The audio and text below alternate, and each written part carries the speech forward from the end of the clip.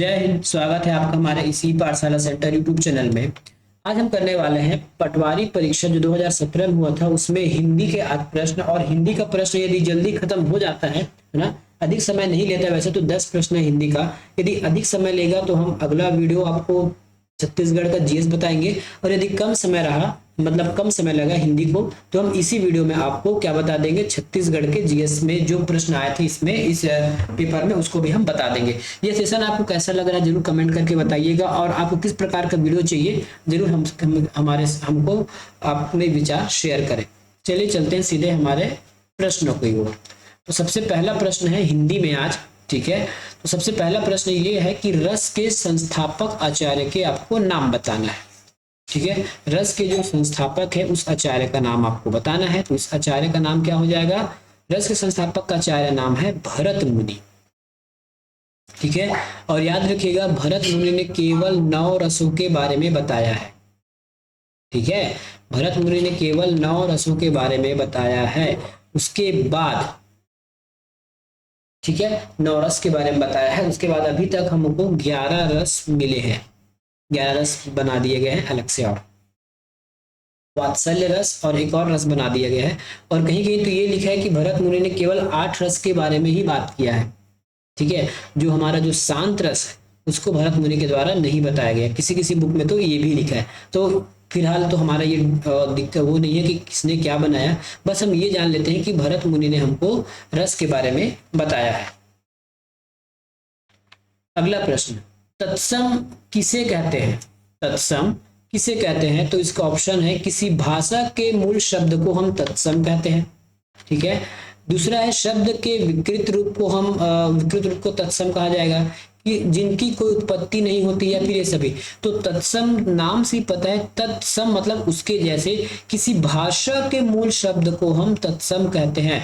और इसका उल्टा हो जाएगा तद्भव। तद्भव मतलब उससे थोड़ा अलग वाला, है ना।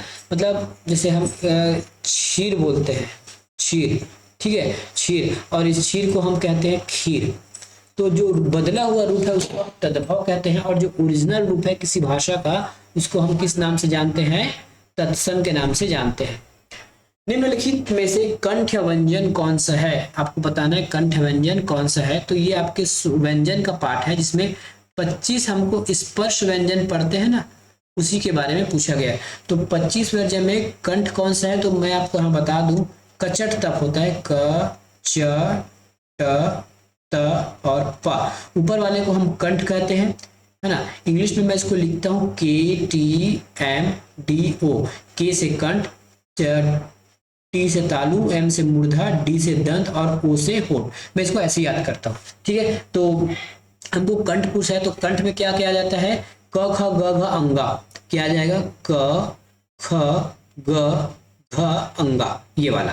तो ग जो है हमारा कंठ व्यंजन हो जाएगा, आंसर नंबर सी, ठीक है। बाकी का नाम जानना है तो ये भी देख लीजिए, ट ठ ड ढ न, ये हो जाएगा ठ वाला है ना, तो ट ठ ड ढ न, ये वाला ना, ट ठ ड ढ न। फिर द क्या हो जाएगा?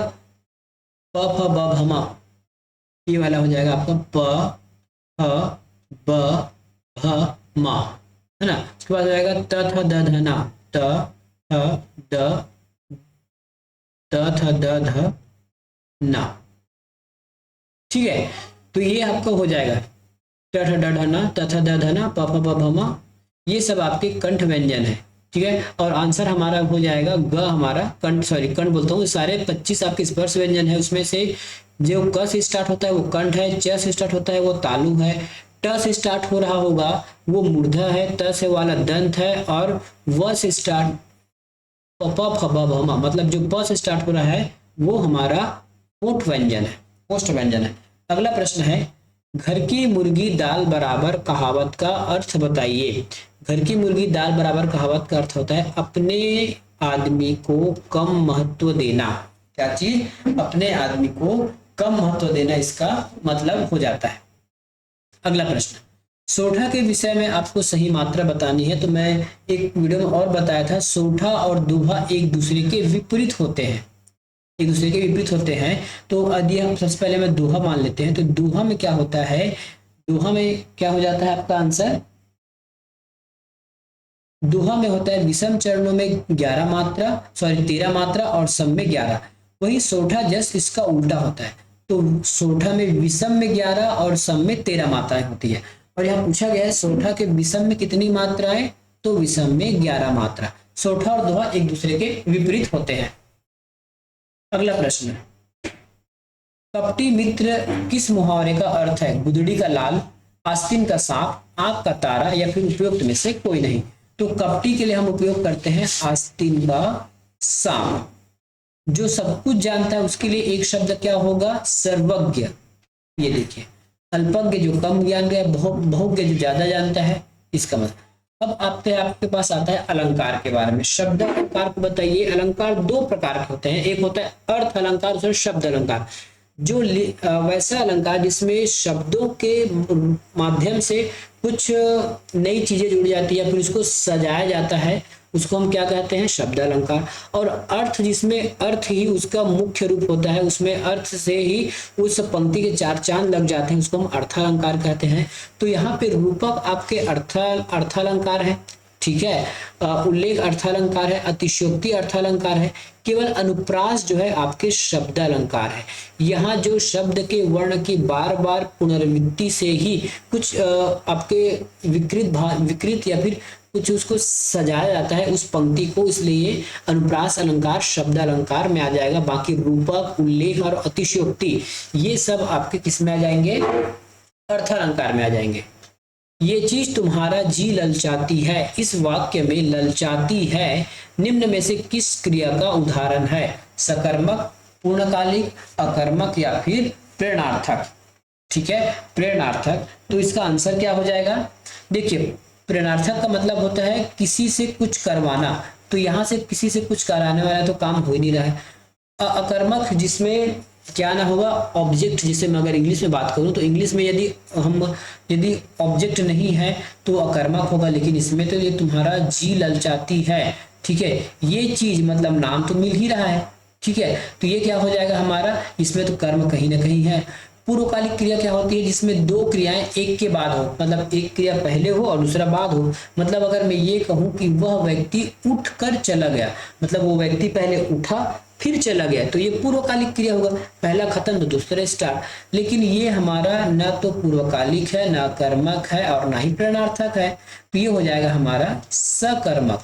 ठीक है, तो हिंदी का सेशन यही खत्म होता है। हिंदी से केवल 10 प्रश्न पूछा गया, अधिकतम हिंदी से 10 प्रश्न ही आता है, इससे आगे आने की संभावनाएं नहीं रहती है। हिंदी और इंग्लिश से 10-10 ही प्रश्न का प्रश्न पूछा जाता है, लेकिन अभी के हॉस्टल वार्डन में आपको 5 नंबर देखने को मिलेगा।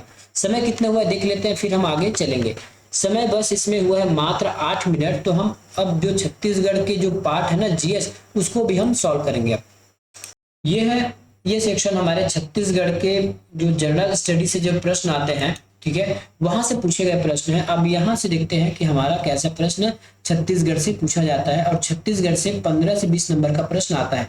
इसमें 20 नंबर का प्रश्न आया था, सॉरी 15 नंबर का प्रश्न आया था, एक प्रश्न एक्स्ट्रा था, उसको भी हम देख लेंगे। ठीक है, तो देख लिए। सबसे पहला 135 नंबर का प्रश्न है, मरवा थर्मल पावर प्लांट इस राज्य के किस जिले में स्थित है? इसको मैं जूम कर दूं क्या? बड़ा कर देता हूं, क्योंकि एक साइड तो इंग्लिश है, कोई मतलब नहीं है पढ़ने का, तो इसको मैं थोड़ा जूम कर देता हूं ताकि आपको क्वेश्चन बड़ा दिखने लगे। और एक बार में आपको, कई लोग बोलते हैं कि वीडियो फट रहा है, तो थोड़ा बड़ा देखिए। मरवा थर्मल पावर प्लांट इस राज्य के किस जिले में स्थित है? तो वो जांजगीर चांपा जिले में स्थित है। कितना, कहाँ पे? जांजगीर चांपा जिले में ये स्थित है। अगला प्रश्न है, इस राज्य के कहां पर स्थित किले को हम गज किले के नाम से जानते हैं, फिर गज किला कहा जाता है? तो गज किला कहाँ है? गज किला है रतनपुर में, और ये कलचुरियों द्वारा बनाया गया था। ठीक है, कलचुरियों द्वारा इसको बनाया गया था। अगला प्रश्न है, निम्नलिखित में से किस वर्ष में इस राज्य के ब्रिटिश प्रांतों को मध्य प्रांत के एक संभाग के रूप में सम्मिलित किया गया? एक मध्य प्रांत के संभाग के रूप में सम्मिलित किया गया। तो ये हुआ था 1858 में, जब रघुजी तृतीय का डेथ हुआ उस समय।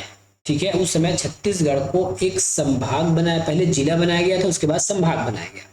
ठीक है, तो मध्य क्या लिखा है देख लीजिए, किस वर्ष इस राज्य के ब्रिटिश प्रांतों को मध्य प्रांत के एक संभाग में सम्मिलित किया गया? तो उस समय 1858 में क्या इसको क्या किया गया था? नागपुर संभाग में रखा गया था। बाद में छत्तीसगढ़ को एक अलग से संभाग बना दिया गया, लेकिन स्टार्टिंग कब हुआ था? 1858 में, रघुजी तृतीय के मरने के बाद। इस राज्य में बस्तर के पठार की प्रमुख नदियां निम्नलिखित में से कौन सी है? तो आपसे ऑप्शन से ही पता चल जाएगा, वो है इंद्रावती। शिवनाथ कहाँ पे है? ये आपके महानदी बेसिन में है। हसदोभी महानदी बेसिन में है, और कन्हार नदी, ठीक है, ये भी आपको ऊपरी स्थल में दिखेगा, लेकिन ये बस्तर में नहीं है। तो कुछ कुछ प्रश्न आपको बहुत इजी भी पूछा जा सकता है। अब ये प्रश्न देखिए 139, इस प्रश्न को व्यापक में विलोपित कर दिया गया है। अब विलोपित क्यों हुआ होगा, इस पर हम चर्चा करेंगे। इस राज्य में निम्नलिखित में से कौन सा रेल मार्ग अस्तित्व में नहीं है? तो मुंबई हावड़ा है, रायपुर से विशाखापट्टनम रेल मार्ग है, बिलासपुर से कटनी भी है, और रायगढ़ से पुरी भी है। पता नहीं एग्जामिनर ऐसा प्रश्न क्यों सेट करता है, उसको पता नहीं है क्या? ये सभी एग्जिस्ट करते हैं, इस वजह से इस प्रश्न को विलोपित किया गया है। अगला प्रश्न देखते हैं। कलचुरी शासन के समाप्ति के पश्चात इस राज्य में प्रथम मराठा शासक कौन थे? तो भास्कर पंत ने केवल जीता था, ये शासक नहीं था, ये सेनापति था। तो आंसर गलत। रघुजी भोसले ने नहीं आए थे, रघुजी भोसले यहाँ पे शासन नहीं किए थे। पहला शासक था बिंबाजी भोसले। कौन थे? बिंबाजी भोसले। अगला प्रश्न देखते हैं। केशव दिनकर क्या बन के आए थे? तो ये तो हमारे परगना पद्धति में, जो भी वो परगना पद्धति बोलता हूँ, लोग कुछ वो बन के आए थे, सूबेदार बनकर आए थे लोग, ठीक है। उसके बाद अगला प्रश्न है, इस राज्य में प्राचीन काल में निम्नलिखित में से कौन सा राजवंश सर्वप्रथम आया? यदि आप डेट वाइज देखोगे तो राजसी तुल्य कुल का जो वंश है वो सबसे पहले राज किया इस शासन में, ठीक है। अगला प्रश्न हो जाएगा, इस राज्य के निम्नलिखित किस जनजाति का मुख्य कार्य बांस शिल्प है? ठीक है, तो कौन सा कार्य बांस शिल्प है किस जनजाति का? तो वो है कंडरा। इसमें कई बार आपको ऑप्शन में मिलता है कि कंडरा, कमार, कई बार इसी में हम कई आंसर नहीं दे पाते, कई बार कंडरा आता है, कई बार कमार आता है। इस ऑप्शन में कंडरा ऑप्शन लिया गया है। बस्तर दशहरा में जोगी बिठाई किसे कहते हैं? मूर्तियों की स्थापना करना, रथ का ध्वज स्थापना, पुजारी की नियुक्ति, या फिर मंदिर में कलश स्थापना।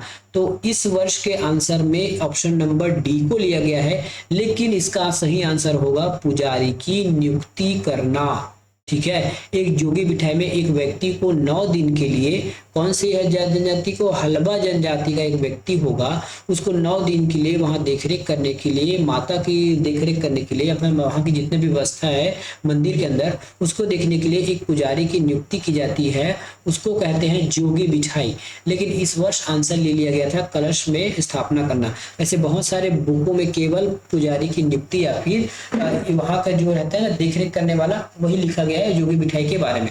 तो आप बताइए कि आपके हिसाब से आंसर क्या होना चाहिए? मेरे हिसाब से मैंने आंसर ये लिया है, लेकिन मॉडल आंसर में डी को लिया गया है, ठीक है। पता नहीं व्यापम कैसे खेल खेलता है।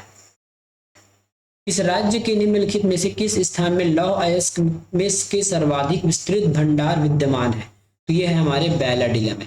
बाकी जगह भी होगा लोहा, लेकिन बैलाडीला में सबसे ज्यादा है। रावघाट में भी लोहा है, छोटे डोंगर, बड़े डोंगर, राजहरा, सब में लोहा है, लेकिन सबसे ज्यादा कहाँ है? बैलाडीला में है।